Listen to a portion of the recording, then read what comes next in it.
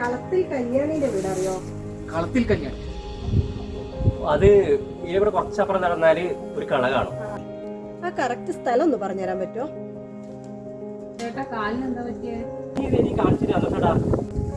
നമുക്ക് പണിയെടുത്താല് മനസ്സിലായ, ഞാനാണ് ഗവൺമെന്റ് ആശുപത്രി പോക്കില്ല.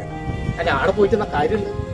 എന്താ ആടെ ആണെങ്കിൽ 100,000 ക്യൂ ആണ്, ഏത് സമയത്ത് നോക്കിയാൽ ക്യൂ ആണ്. മരുന്നാണെങ്കിൽ പുറത്തേക്ക് അയക്കും. സർക്കാർ ആശുപത്രികളിലെ ഇപ്പോഴത്തെ സൗകര്യം എന്താണെന്ന് മനസ്സിലാക്കാത്തത് കൊണ്ടാണ് ഇങ്ങനെയൊക്കെ സംസാരിക്കുന്നത്.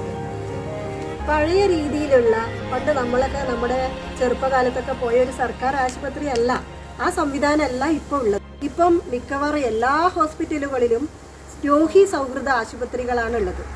അവിടുത്തെ സൗകര്യം നിങ്ങളൊന്ന് പോയി മനസ്സിലാക്കിയിട്ട് മാത്രം ഇങ്ങനെയുള്ള സംസാരിക്കുന്നതായിരിക്കും നല്ലത്. നിങ്ങൾ ആദ്യം ചെയ്യേണ്ടത് നിങ്ങളുടെ തൊട്ടടുത്തുള്ള കുടുംബാരോഗ്യ കേന്ദ്രം ഒന്ന് സന്ദർശിക്കുക. നിലവിൽ നമ്മുടെ ആരോഗ്യ സംവിധാനത്തിൽ വന്ന മാറ്റങ്ങൾ നമുക്ക് വ്യക്തമായി മനസ്സിലാക്കി തരും.